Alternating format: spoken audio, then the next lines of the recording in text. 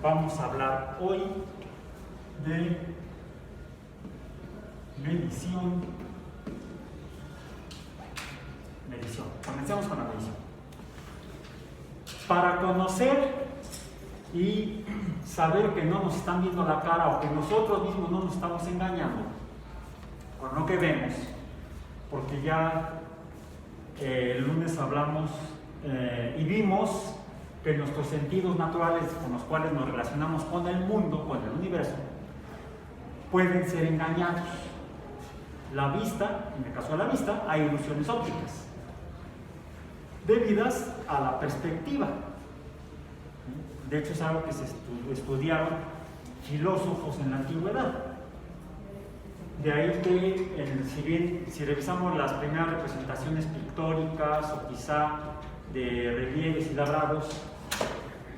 Hola. Perdón por la interrupción. Bueno, creo que no los había saludado, ¿verdad? Ya los había saludado, ya me conocen. La maestra Ángeles Aguilar. Sí, creo que ya nos conocemos. Es que he pasado por todos los Mi maestra de biología celular. Mi alumno. Alumno, bueno. Hay de genética, pero hay fue oyente. Sí, uno a naranjas. Muy bien. Para que se note.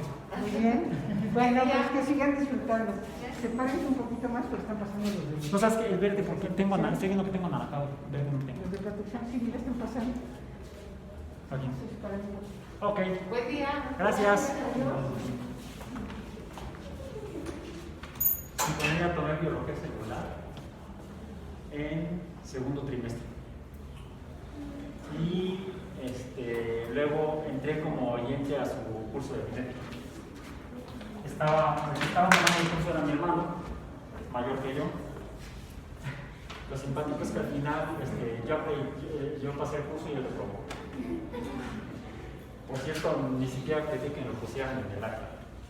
Después lo volví a tomar con otro profesor, que no fue tan bueno su curso.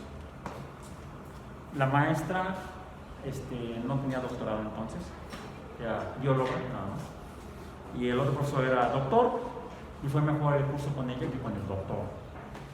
Lo doctor no quita lo inapropiado. ¿Bien? Bueno, ok. Entonces, para poder estar seguros de que lo que estamos, no seguros, para poder tener una mayor probabilidad de que lo que estamos interpretando respecto a lo que percibimos es cercano a la realidad en el universo, en el mundo, necesitamos medir. Y para medir necesitamos dos cosas: números y una escala numérica. Con los números medimos. Déjenme, voy a silenciar esto.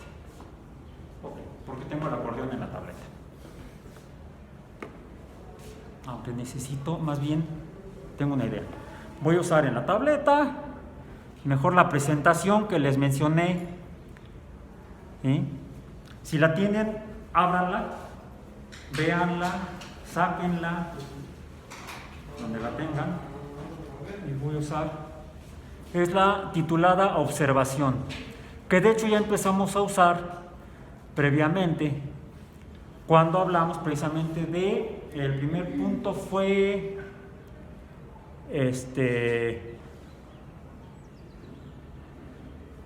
observe y compare las siguientes figuras e imágenes. Bien, y vimos que eran las líneas paralelas, la ilusión de Miller-Lyle. Aprovechando que traigo aquí mi mini y que tiene aquí unas marcas, voy a aprovechar estas marcas para trazar en este pizarrón una línea ahí, una línea hasta aquí,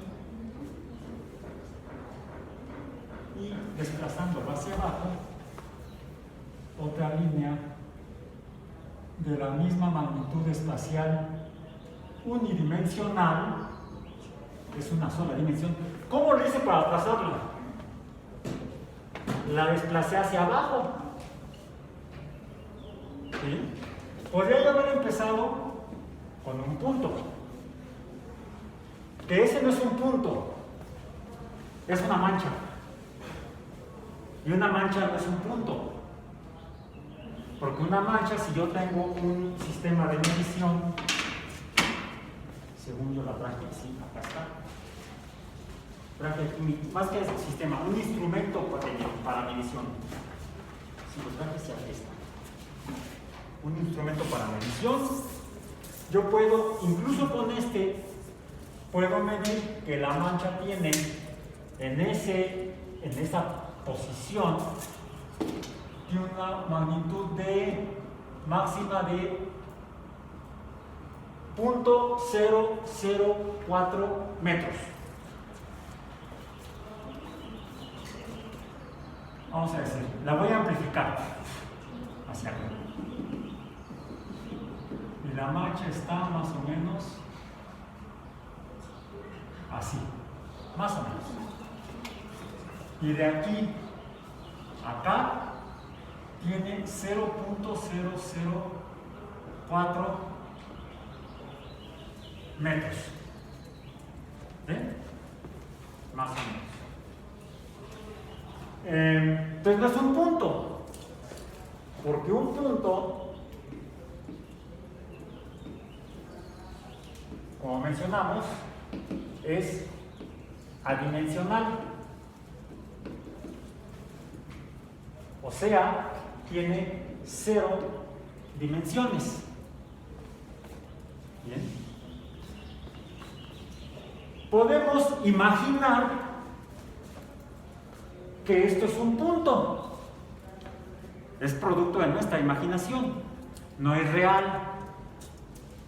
Porque un punto tiene que ser adimensional. En otras palabras, un punto, su magnitud en este sentido debe ser la magnitud que mencionamos, se llama longitud, L mayúscula, debe ser igual a 0.000 metros.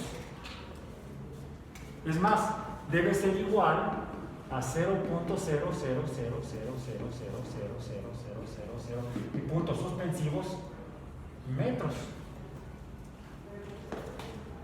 ¿Sí? No tiene ninguna magnitud en este sentido. Sin embargo, si yo tomo ese punto y lo desplazo en cualquier dirección en el espacio, podría ser incluso hacia ustedes. Va a ser difícil pintar aquí, pero lo puedo hacer sobre la superficie del pizarrón.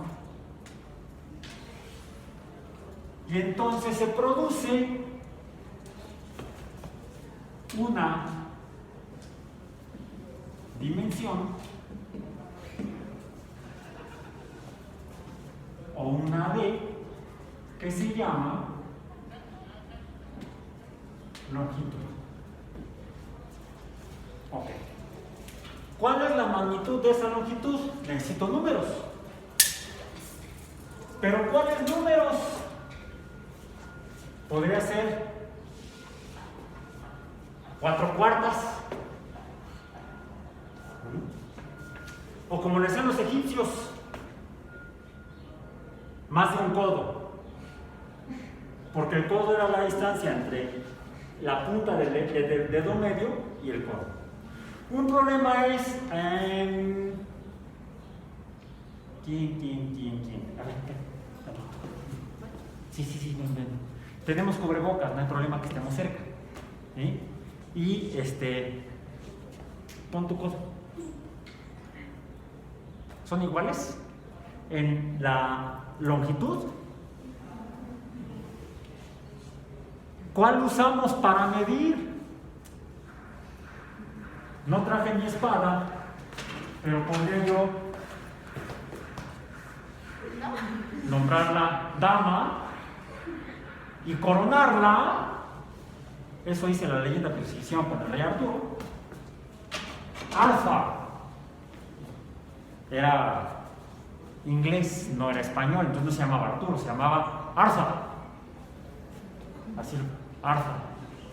A veces se pronuncia en acento inglés. No, Arthur. Sí, Arthur. Y entonces, ven acá. Sí, taritas. El codo es la longitud de su brazo, estiran los dedos, del dedo, de la punta del dedo medio a el huesito del codo, ¿sí? Al extremo de sería la ulna o el radio, que es el hueso más largo de esta parte del brazo. Este es el húmero. No usamos el húmero, usamos el radio. Bueno, atento, no. Ya te puedes. Entonces sí, los egipcios usaban el radio, no la radio, que es diferente. La radio es esa cosa que usamos para comunicarnos. O radiotransmisor. Si decimos radiotransmisor es masculino, si decimos el aparatito nada más, es la radio, que es femenino. Bien, bueno, cuestiones de lenguaje. Entonces, un problema que había en las sociedades antiguas es que cada quien medía como se le daba la gana. O de acuerdo a la magnitud de quien regía la sociedad. Algunos medían con la longitud de longitudes más pequeñas, por ejemplo, que aquí le falta un pedazo, pues ¿qué hacemos? Usamos algo más corto. Y ahora hagan así. Soy mutante. ¿No lo pueden poner en 90 grados? Sí, en 90 grados, es fácil. No sirve para recargarse. Esta longitud, ¿cómo le llamaríamos? El dedo pulgar le llamamos pulgada. ¿Cuánto mide una pulgada? Pues una pulgada mía mide 4 centímetros. 0.04 metros. Sin embargo, en el sistema imperial, que es el que usaban en el Imperio Británico, ya no lo usan en el Imperio Británico, ni los ingleses lo usan otros, pero no son ingleses, aunque hablan diferente, no dicen Arthur, dicen Arthur. Depende si están en Boston o en California o en Los Ángeles. ¿Sí? Si están en Acapulco dicen Arthur. ¿Cuánto es la longitud en esta escala? En esta escala de metros, ¿cuál es la longitud de una pulgada? 2.54 y algo más. Sí, el problema del sistema imperial es que es un desmadre. ¿Por qué? ¿Cuánto es la equivalencia cercana a esta magnitud de la unidad llamada metro por los franceses? Metro, decían los franceses, metro. Es la yarda. Sí, no es la de la cerveza, esa afortunadamente es más corta, imagínense una yarda de esa magnitud. Pero además, por cierto, esa yarda no sería de longitud, sería de capacidad o volumen. La yarda de longitud mide aproximadamente, creo que 52 de estos, bueno, no de estos, de los de acá, pulgadas de las de aquí. Una yarda mide 32 pulgadas, aquí está marcado. Porque una yarda son 3 pies, no de los míos. Los míos miden menos de un pie, o sea, no llego ni a un pie. Bueno, sí tengo 2, uno y otro, pero no miden 0.3 metros. Mis pies miden 0.27 metros de longitud de esta cantidad. Entonces, diferentes sociedades han medido con diferentes unidades de medición. Necesitamos una unidad de referencia. Primero necesitamos un punto de referencia para poder, en el caso de la longitud, necesitamos un punto, pero a ese punto le llamamos,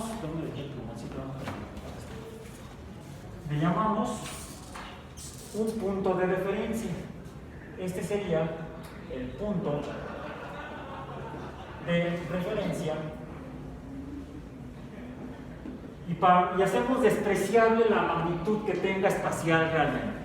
Por cierto, la longitud nos sirve para medir lo que llamamos el espacio. La longitud es una cantidad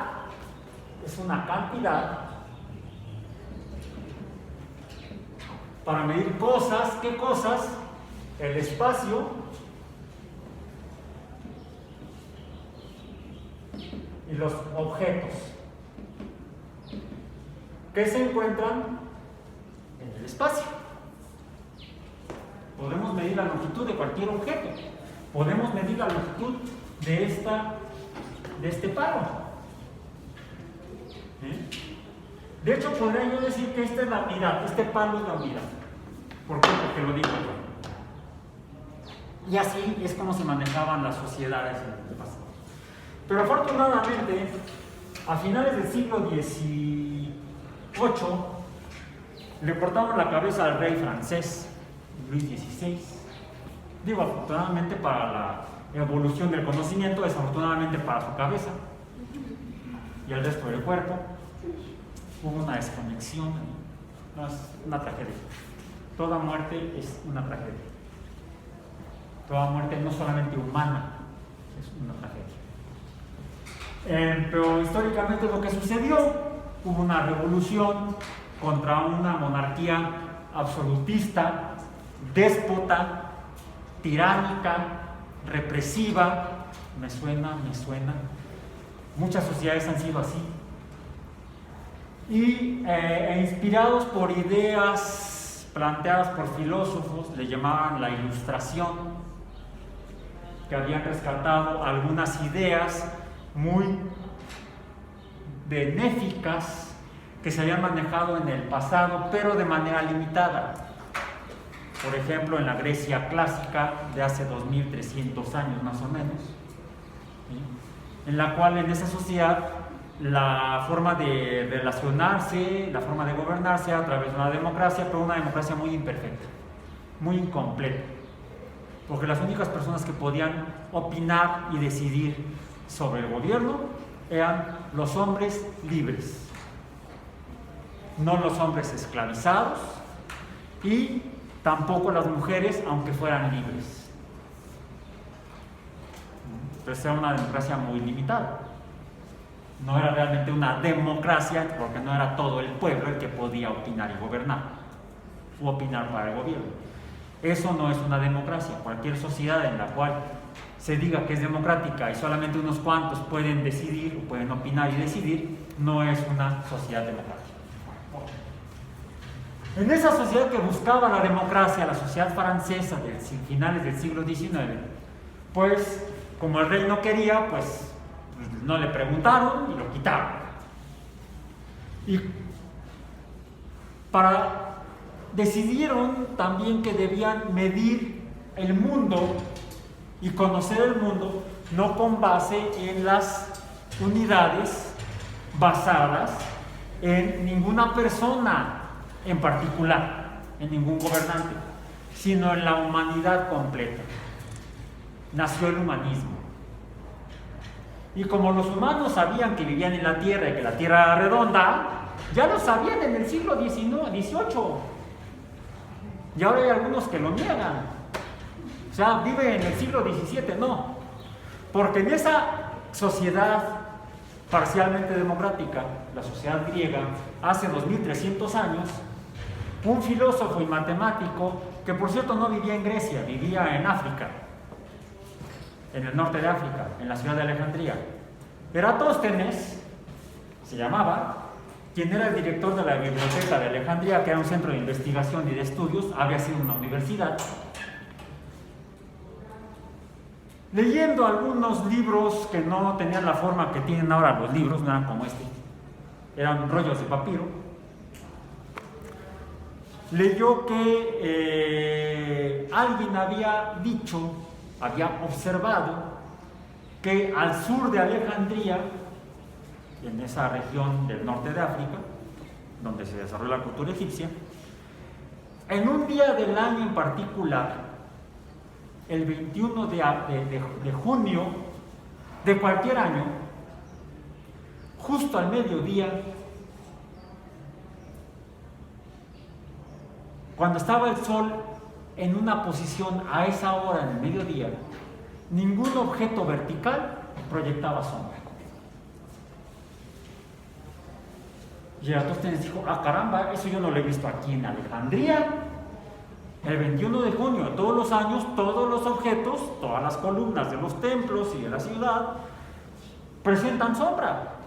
¿Cómo es posible que en dos lugares distintos, a la misma hora, el mismo día, en un lugar haya sombra y en otro no? Eso solamente sucede si la luz del sol, que el sol ya habían estimado antes, otro filósofo y matemático, Aristarco, había calculado la distancia de la Tierra a la Luna y al Sol, y él había apreciado que el Sol debería estar más lejos que la Luna, aunque se ven del mismo tamaño. Ergo, el Sol debe ser mucho más grande que la Luna, por eso es que se ven del mismo tamaño. Ya hablamos de la perspectiva. ¿Sí? Era consciente, a través de observaciones y mediciones, muy gruesas, pero lo pudo hacer, pudo estimar que el Sol era más grande que la Luna, y entonces nuestra vista es engañada porque el Sol y la Luna se ven del mismo tamaño. No importa en qué lugar de la Tierra estemos, y lo podemos verificar cuando podemos personalmente presenciar un eclipse de sol cuando el Sol tapa, cuando la Luna tapa al Sol, perdón, es el eclipse de Sol. Y sobre todo si el eclipse es completo, total.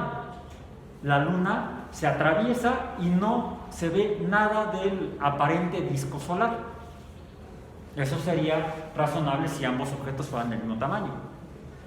O si uno es más grande, pero está más lejos proporcionalmente que el más pequeño. Por eso podemos incluso tapar el Sol con un dedo. ¿Lo han hecho? Con el pulgar, saliendo de clase, busquen dónde está el Sol, pongan primero el dedo para que no se queden lampareados, ¿sí?, hacia el Sol, y luego vean con un solo ojo y van a ver que su pulgar, aún siendo más pequeño que el mío, puede tapar el Sol. Sí, el mío lo tapa como 2 veces o 3. ¿Okay? ¿Y qué quiere decir? ¿Que el Sol es del tamaño del pulgar? No. Que el Sol está proporcionalmente al tamaño del pulgar, esas veces más lejos de nosotros que nuestro pulgar. ¿Bien? Debido a la perspectiva. Nuestra vista se ve engañada. Por eso debemos medir. Y fue lo que hizo Aristarco. Y con la información de Aristarco, Eratóstenes dijo, bueno, la única forma en la que esto suceda, dado que el Sol está muy lejos, es que la superficie de la Tierra no sea plana, sino que sea curva, que esté curveada. Y quizá esté curveada, hasta que sea redonda como una pelotota que alumbra una circunstancia. El Sol sería el que alumbra un callejón, ¿sí? Redonda como esta pelota. Así sería la Tierra. No sería plana. Y aparentemente no eran los únicos antiguos que sabían que la Tierra estaba curveada y que muy probablemente fuera redonda. Aparentemente los asirios, los babilonios, los sumerios ya sabían que la Tierra era redonda. Al menos en Asia y en Europa y África ya sabían que la Tierra era redonda. Quizá incluso hasta los mismos nativos de las islas del Pacífico, que además eran grandes navegantes. Así colonizaron diferentes islas, como Hawái, como la misma isla de Pascua, que está remotamente separada del continente americano. No sabemos, desafortunadamente, porque no hay descripciones equivalentes, cuál era la interpretación que hacían los nativos de este continente sobre la Tierra antes de la llegada de los que vivían en los otros continentes. No lo sabemos, no hay información.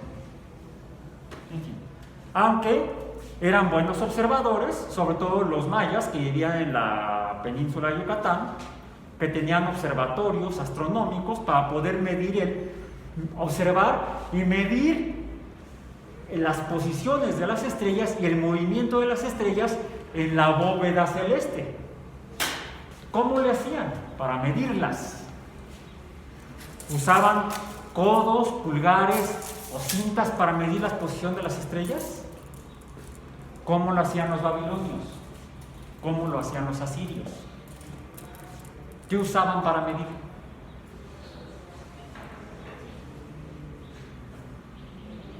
Si no lo saben, averígüenlo, yo no se los voy a decir. Intencionalmente no se los voy a decir. ¿Cómo medían la posición de las estrellas los pueblos en la antigüedad? Es como un aparato que está así como es igual así de madera, que son como... Originalmente era con dos palos. Ajá, eso es. Uno paralelo al horizonte. El horizonte es la última línea que alcanzamos a ver sobre la Tierra, a lo lejos, siempre que no haya montañas ni edificios. Eso lo podemos hacer, por ejemplo, más apropiadamente en una playa viendo hacia el mar. Y da la apariencia de ser plano el horizonte. Vemos a la izquierda y a la derecha hasta donde alcance la vista y parece que es una línea recta. Quizá por eso algunos supusieron en el pasado que la Tierra era plana. Pero si fueron navegantes, dice que tenían naves, al menos botecitos, al menos cayucos, y con ese tipo de cosas viajaron de isla en isla y poblaron el Pacífico, ¿sí? Por ejemplo, circunnavegaron África, los fenicios. Entonces, lo más probable es que hayan visto, se despedían y ya se va. Y sí veían que el bote se hacía pequeño, más bien se veía pequeño, no se hacía, se veía pequeño, pero curiosamente ya usaban impulso por el viento, tenían velas, velamen, más apropiado para no pensar en las que tienen flamita, veladoras, prendían una veladora y luego se iban a ver si acaso, con la bendición, no todavía no estaban eso, eso fue antes de la cruz, ¿sí? No, de Cruz Azul no, es otra cruz. Ok. Y veían que entonces que lo primero que dejaban, además de que se veía más pequeño el navío, de repente observaban que ya no veían el casco y sí veían el velamen. Y conforme se alejaba más el navío, el velamen parecía que se iba sumergiendo. ¡Ay, se fue a un abismo! Se los van a comer los dragones que viven en el abismo, o quizá cayeron encima de la tortuga o de los elefantes. Esa era una imagen que tenían algunos pueblos. Pero luego regresaban, y sobre todo cuando los fenicios circunnavegaron África, fueron los primeros en ir por allá y regresar por acá. Parece que está bastante curveada la Tierra. Y finalmente en el siglo XVI, Magallanes circunnavegó la Tierra. Entonces verificó que la Tierra efectivamente es redonda. ¿Bien? Ok. Entonces, los antiguos lo que sí medían era con esa línea horizontal, y tenían un palo paralelo a la línea horizontal, la posición de las estrellas la medían respecto al horizonte. ¿Con qué magnitud? ¿Qué es lo que se forma aquí entre dos líneas rectas? Un ángulo. Medían con ángulos. ¿Y cuál es el valor máximo que se puede tener al medir ángulos? 360 grados. Entonces, midiendo inicialmente no con codos, ni pulgares, ni nada de eso, no con magnitudes rectas de longitud, sino con ángulos entre dos rectas, midieron la posición de las estrellas. Y quizá la primera medición que hicieron formalmente los humanos fue en el cielo y no en la tierra, la posición de las estrellas. Para poder medir los ángulos de cualquier manera se necesitaban números. Entonces quizá antes de inventar la medición de ángulos mediante grados, quizá midieron cosas con números. Ya eso lo mencionamos la vez pasada. Y entonces, a partir de la invención del concepto de número, pudieron desarrollar toda una serie de instrumentos para contar y medir, ya fuera la posición de las estrellas o en la Tierra la posición entre dos puntos. Y la magnitud que separa dos puntos sería una longitud en el espacio. Puede ser el espacio terrestre o el espacio extraterrestre. Porque finalmente la distancia entre dos, ahora sabemos que la distancia entre dos astros se puede medir mediante su longitud. De hecho, así es como se debe medir cuando está uno en el espacio. Cuando uno está sobre la Tierra, o sobre la Luna, o sobre Marte, entonces uno mide posiciones relativas mediante los ángulos. Como si lo que está más allá de uno fuera una esfera, pero no es una esfera, eso es meramente una ilusión óptica, nada más. ¿Bien? Ok. Continuemos para seguir con esto. Entonces, lo primero que midieron los humanos no fueron longitudes, fueron grados de ángulos. Lo siguiente fueron longitudes. Por cierto, ¿cómo las medían? Porque los humanos, antes de asentarse en ciudades y crear civilizaciones, bastante incivilizadas todas, porque todas han tenido guerras, paradójico, ¿no? Hicimos las civilizaciones bastante incivilizadas, las civilizaciones. Éramos nómadas, o nómades. Nómades 600 humanos había en la Tierra en un momento. De ahí, en el noreste de África, donde surge por mutaciones a través de la evolución biológica el Homo sapiens, se comienza persiguiendo la comida, persiguiendo la chuleta, ¿sí? Quizá debido a la invención de la lanza. ¿Cómo sé que le voy a dar al antílope? ¿Cómo sé?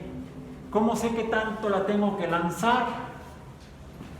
Tengo que estimar qué tan lejos, cuál es la longitud entre yo y lo que quiere mi comida.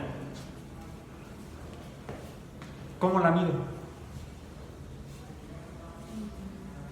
Pues por pasos. Y a veces sí la lanzaba.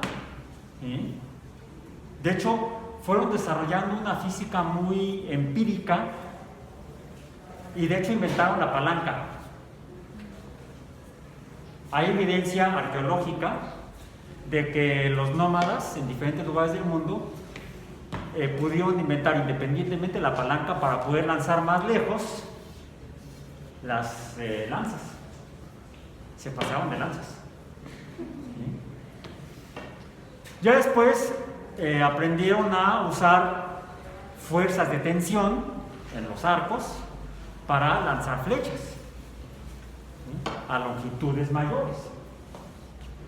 Pero una vez que uno le atinaba, la chuleta se quedaba con la lanza o la flecha ahí clavada, pero no se moría inmediatamente, sino que se seguía. Entonces había que perseguir la chuleta. ¿Y cómo medían las distancias?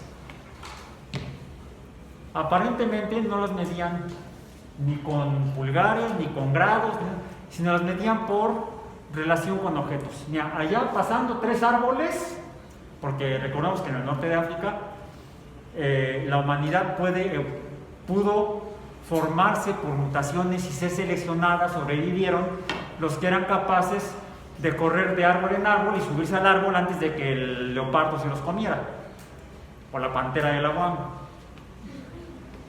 La pantera es africana. Había leopardos, había panteras, había leones, y todos esos les gustaba la carne pegada al hueso. Dicen que es la más rica. Entonces, ¿quiénes eran los que sobrevivían?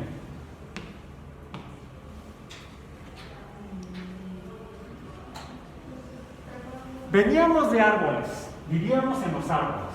¿Sí? Vamos. Por eso tenemos pulgares, prensibles, y antes también los teníamos acá, sin zapatos. ¿Sí? Para poder vivir en los árboles, no. Ahí el que no tenía dedos prensibles, ¿qué le pasaba? Era seleccionado por la naturaleza, por la selección natural. Se caía del árbol y o se moría de trancazo o se lo comía el que estaba allá abajo. Y pues con la pena ya no contribuyó a la transmisión genética. Los que tenían la mutación del pulgar opuesto podían quedarse agarrados del árbol. Pero hace como 3,5 millones de años, en el este de África, se dio un cambio climático debido a fenómenos geológicos.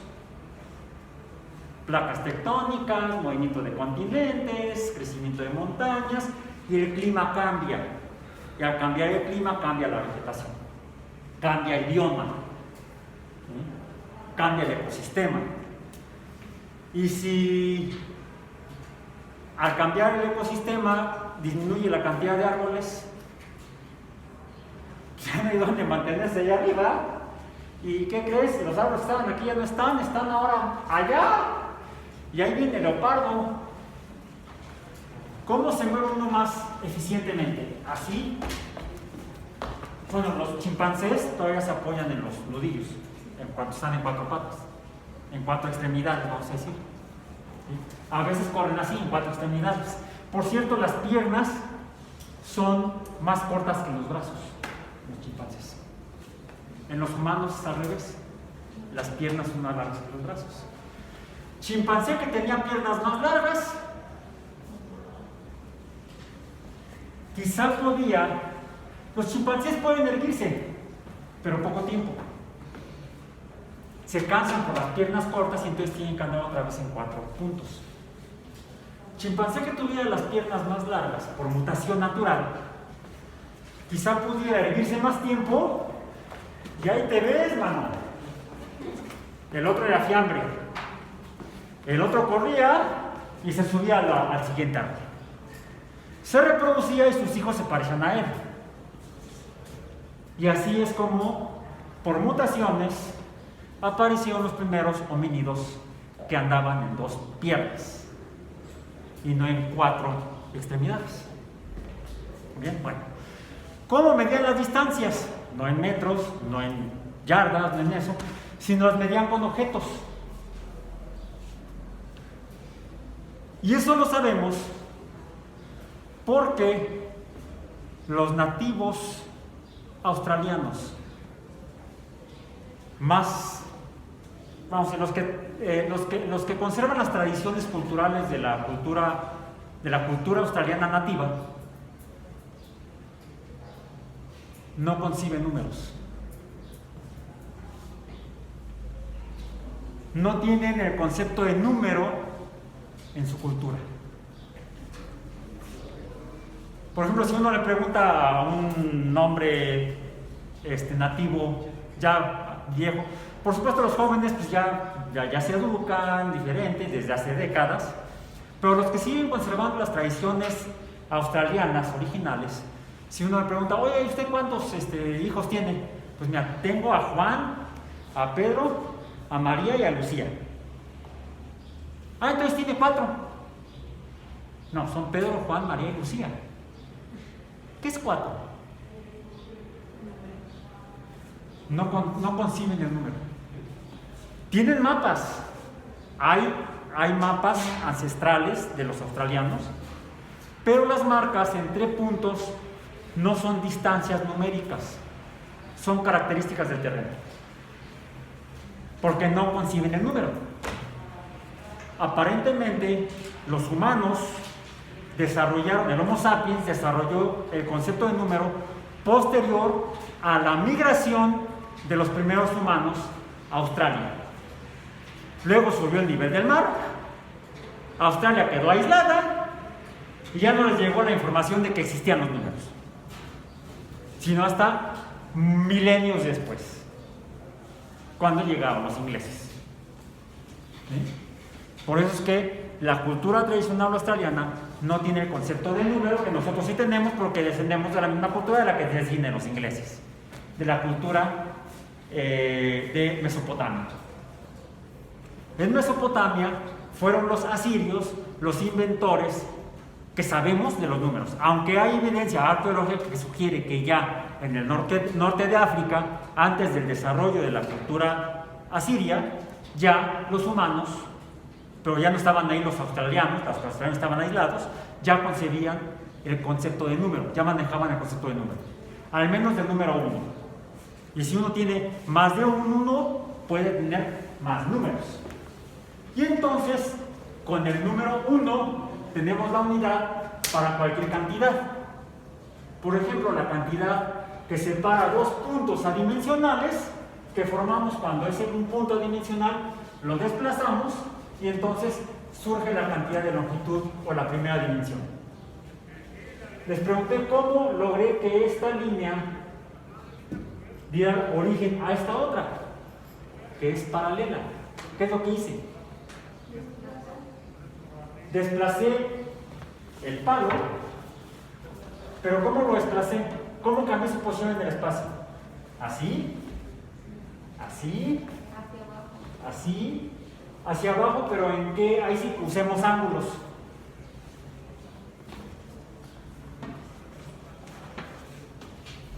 Así, pero así.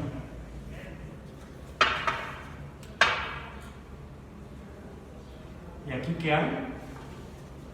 Un ángulo. ¿Cuánto mide ese ángulo? 90 grados. Cuando yo desplazo sin cambiar la posición de una longitud, la desplazo 90 grados, en otras palabras, perpendicularmente, obtengo dos cosas. Una línea paralela, ¿sí?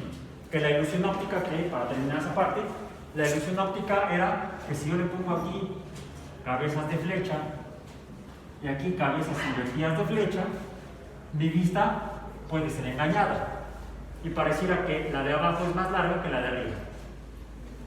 Pero si tomo el instrumento de medición, ya con el sistema, con la unidad de longitud, la puedo medir, que mide 60.6 metros. 0.6 metros, ahí está, 0.6 metros. ¿Sí? Esto mide 0.6 metros.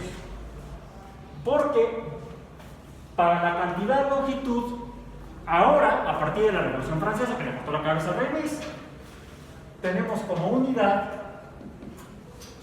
no la yarda, no la legua, no la braza.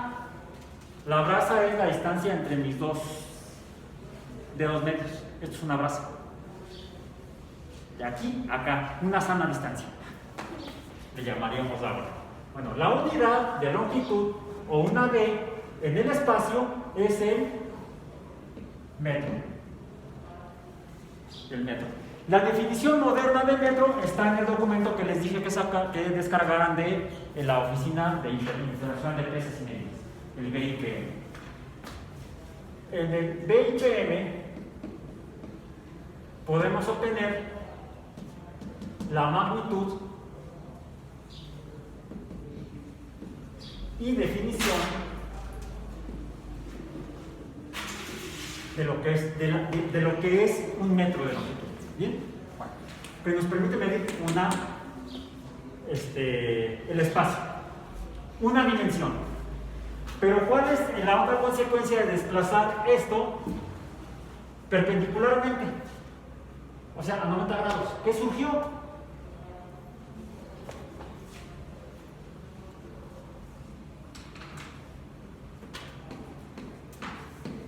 ¿Qué es eso?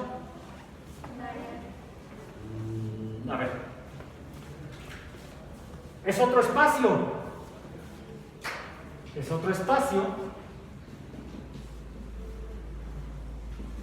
que tiene una longitud y otra longitud. Ya vemos a esta la longitud subíndice 1 y esta la longitud subíndice 2. ¿Sí? ¿Qué sucede cuando tengo dos longitudes? Pues ahora tengo dos dimensiones o 2D. Y la cantidad de dos dimensiones ya no es la longitud, porque hay dos longitudes ahí en día. Entonces, ¿cuál longitud? Las dos. Ahí diría entonces L por L, L por L. Y L por L, cigarro. L por L,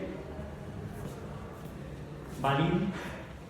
Lápido, ruedan los carros del ferrocarril. Ya sería R, ¿no? Okay. L por L es igual a L cuadrada. Pero L cuadrada tiene un nombre. ¿Cuál es? La cantidad. Superficie. La cantidad de la superficie. La unidad. La cosa no. El espacio de la superficie. Perdón, me equivoqué. Bórrenlo. Igual que lo conoce el potáchino. El espacio de la superficie, perdón. La cantidad de la superficie. La superficie es el espacio. Es un espacio superficial. ¿Correcto? Una superficie es un espacio. Un espacio de dos dimensiones. Y ahora sí, la cantidad, ahora sí, ¿cuál es? El área. ¿Y cuál es el símbolo del área? Una mayúscula. Es el área. Así como la longitud la representamos con la L, el área la representamos con la A. ¿Y cuál es la unidad? Por cierto, el símbolo de la unidad del metro, ya lo dijimos, es la M minúscula, cursiva. La unidad de superficie, ¿cuál será? Pues la unidad de longitud cuadrada sería metro por metro, y esto es metro cuadrado. Pero hay un detalle. Esta surgió de esta. Entonces, la longitud es lo que se llama una cantidad básica o fundamental. Esta no existe si no está esta. Esta depende de esta. Esta sale de aquí. El área sale de la longitud y entonces se trata de una cantidad derivada. ¿Ok? ¿Qué sucede si ahora esta área la desplazo 90 grados, pero hacia ustedes? Si la hago para allá. ¿Vale?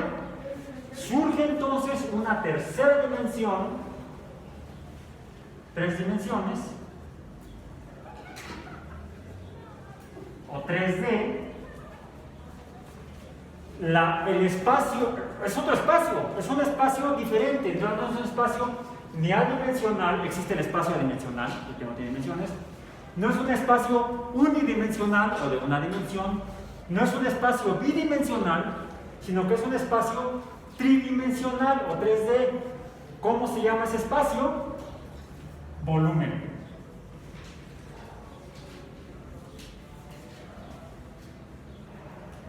¿Sí? No, mentira, el volumen está otra vez, es la cantidad. La cantidad es el volumen. Es el volumen. Y el símbolo es la D, V. La V, así. El volumen es V. El espacio sería el espacio, pues el espacio tridimensional. formalmente el espacio sería el espacio 3D. ¿Y cuál es la unidad? Aquí tendría una longitud, una segunda longitud y una tercera longitud. Esta sería el volumen, es L por L por L, y sería entonces L cúbica. Por lo tanto, la unidad es M por M por M, y es el metro cúbico, que también es otra cantidad derivada porque depende de que exista la longitud. La longitud es una cantidad básica. El área y el volumen son cantidades derivadas. Bien. Sin embargo, yo no puedo pintar en el pizarrón porque el pizarrón, la superficie del pizarrón es un espacio bidimensional. Yo no puedo poner un espacio tridimensional en un espacio bidimensional. No lo puedo representar de manera exacta, idéntica al espacio tridimensional. Pero puedo hacer una representación en 2 dimensiones de un espacio tridimensional. ¿Cómo lo hago? Un espacio bidimensional sería un cuadrado, ¿sí? O casi un cuadrado. Hay 2 formas de hacerlo, de representar un espacio tridimensional en una superficie, en un espacio bidimensional. Una es desplazándola una diferente a 90 grados, ¿sí? Para allá, en lugar diferente a 90 grados de aquí, digamos puede ser 45 grados aproximadamente. Y aquí pongo la superficie desplazada. Un cubo es un espacio tridimensional. ¿Esto es un cubo? No, no es un cubo.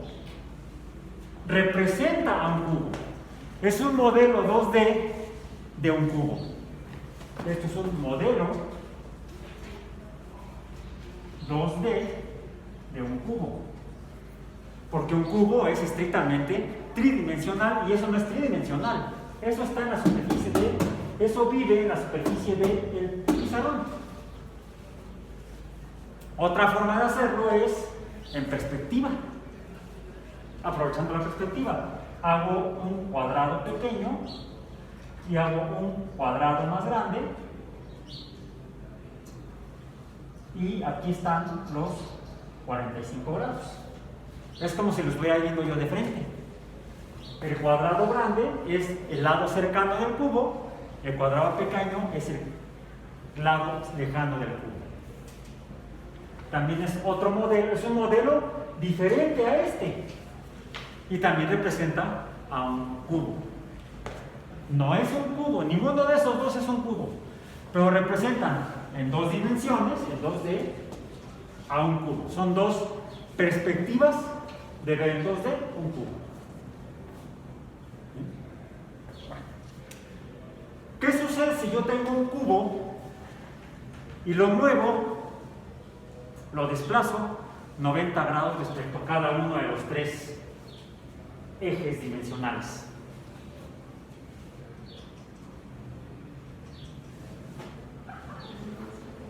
Averígüenlo. Segunda tarea. ¿Cuál fue la primera? Ya se me olvidó. ¿Cómo medían las estrellas? ¿Con qué medían?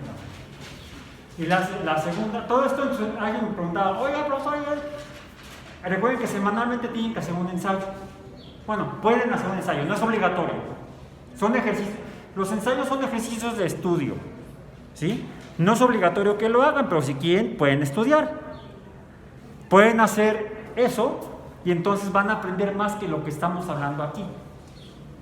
Y van a aprender mucho más que yo. Y eso será muy bueno, porque ustedes luego me lo podrán enseñar a mí. ¿Ok? Cosas que yo no sé. Entonces, esta. ¿Qué se forma cuando yo tomo un cubo y lo desplazo a una 4ª dimensión? Un cubo en 4D.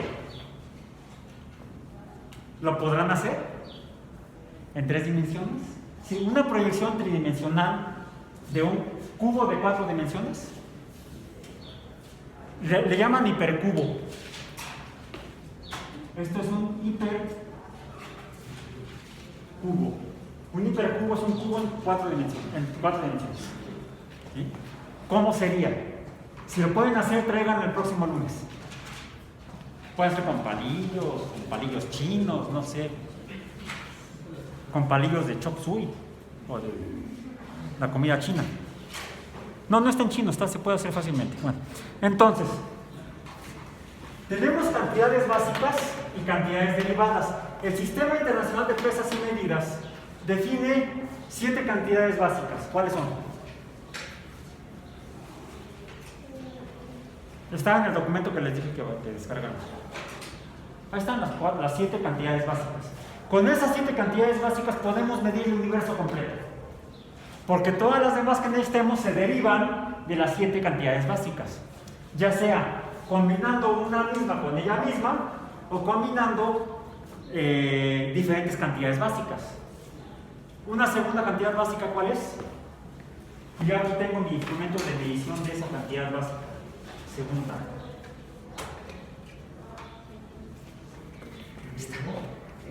Sí, miren.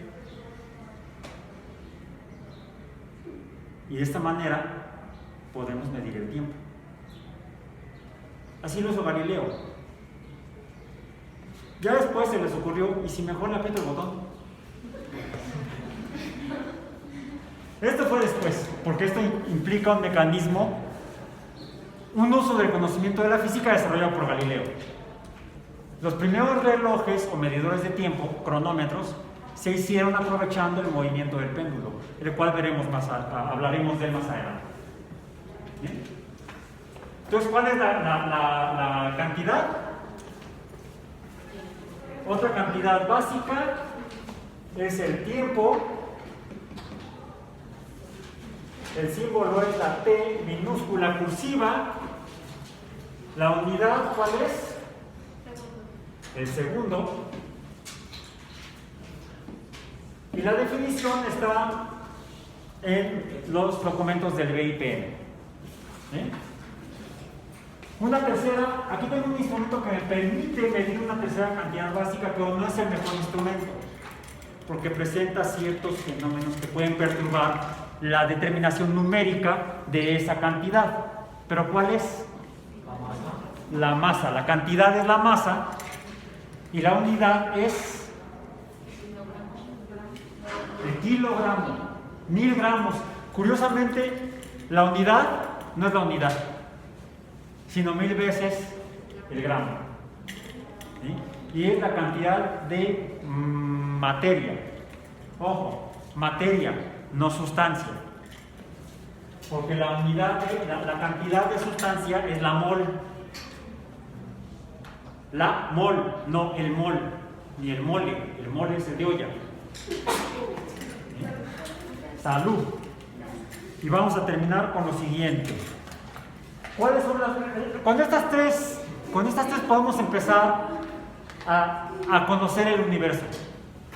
Y con estas tres fue con las que, es más, antes, con los grados, Nicolás Copérnico inició la revolución científica moderna. Entre 1510 y 1542. Porque antes de 1542, cuando se publicó el librote sobre las revoluciones, escribió en un documento, en varias hojas, decía aquí, en 6 hojas, es más, aquí está descrito,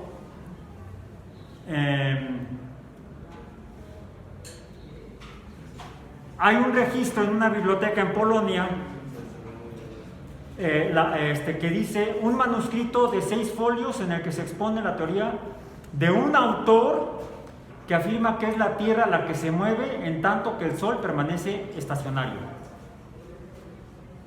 Un problema de ese documento es que parece tarea de alumno de la UAM. No tiene nombre ni fecha. Por favor, pónganle el nombre y fecha a sus documentos, ¿sí?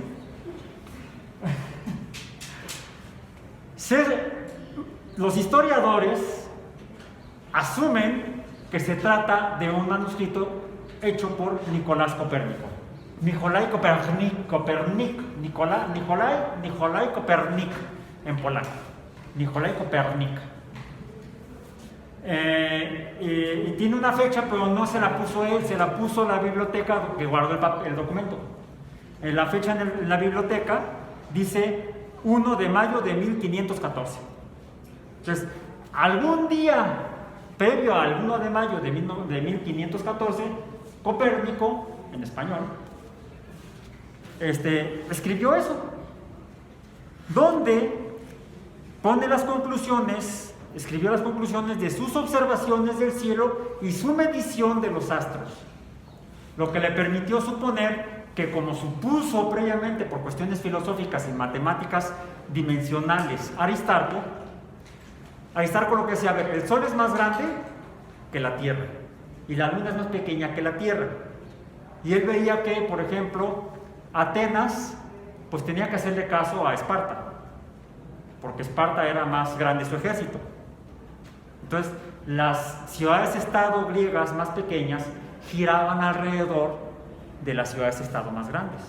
Entonces, él, haciendo un símil filosóficamente, suponía que la Luna debería estar girando alrededor de la Tierra y la Tierra con la Luna alrededor del Sol. Pero nadie le creyó, porque nadie siente que la Tierra se mueva, al menos de esa manera. Sentimos los sismos, pero es otro asunto, es otro fenómeno.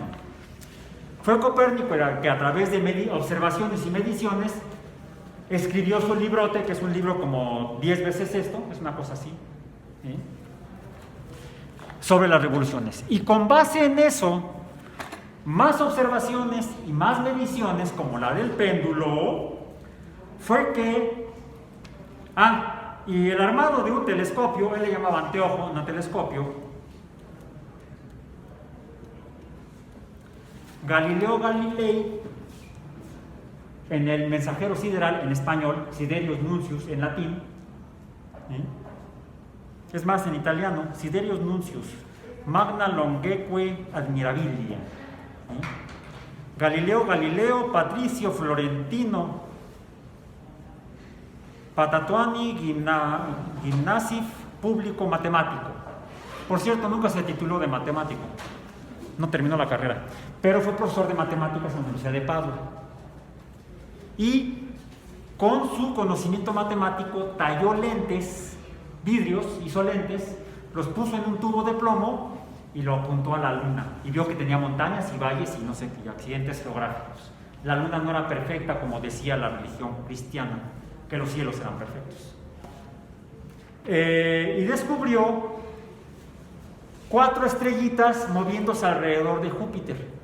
Dijo, caray, Copérnico decía que la Luna era la única que se movía alrededor de la Tierra, y la Tierra, junto con las otras estrellas errantes, giran alrededor del Sol, contrario a lo que dicen los otros, que todo gira alrededor de la Tierra. Ya veo 4 estrellitas que están girando alrededor de Júpiter, y además Júpiter no es un punto de luz, tiene un disco, tiene forma como si fuera otra bola. El cielo no es como nos dijeron. Y entonces aceleró la revolución científica en el Mediterráneo europeo. Luego lo condenaron a encierro perpetuo por hacer esas cosas. Sí, la persecución política contra los científicos ha existido siempre, desafortunadamente. Ya saben a lo que se atienen. Y con esto, conocimiento previo de Copérnico, Galileo y otro libro que no he conseguido, vamos a decir, en latín, y es un libro que lo tengo en digital, escrito por Johannes Kepler, del centro de Europa.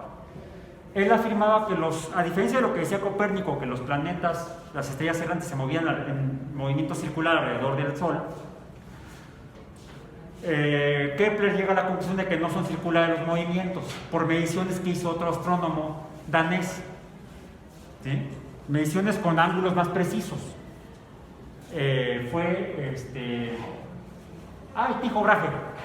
Tycho Brahe, ya me colgué 5 minutos. Tycho Brahe hizo mediciones muy precisas que usó Kepler para llegar a la conclusión de que los movimientos de los planetas alrededor del Sol no son circulares, sino que son elípticos.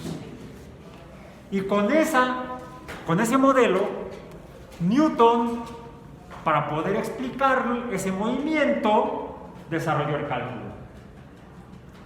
Todas las mediciones que hicieron en el pasado las personas y que hacemos hoy en día tienen errores. Todas. Lo importante es reducir el error. No podemos evitarlo como los contagios, pero podemos reducir el error. ¿Cuántos tipos de errores hay? Nos vemos el lunes. ¿Sí?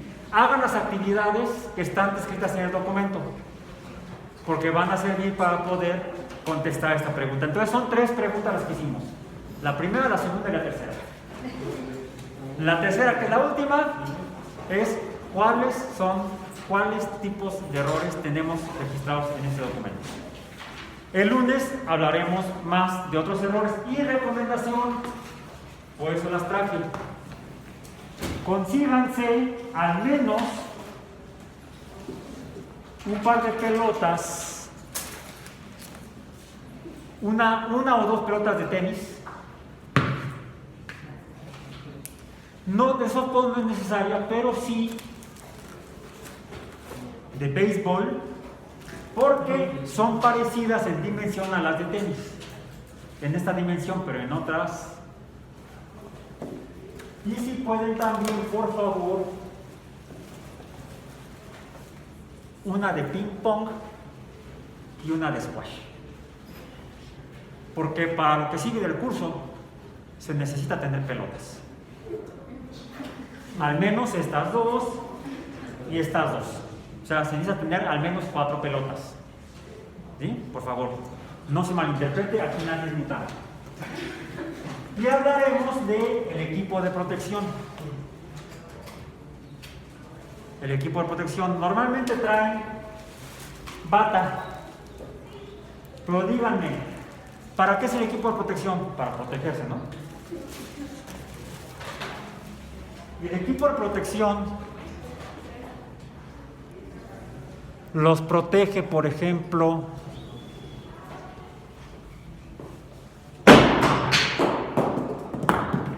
de esto. La bata no. El equipo de protección debe ser adecuado al riesgo. En este curso, la bata tiene poco uso porque los riesgos no son químicos, son físicos. La bata es una prenda de protección, no un disfraz de científico loco. Nos vemos el lunes.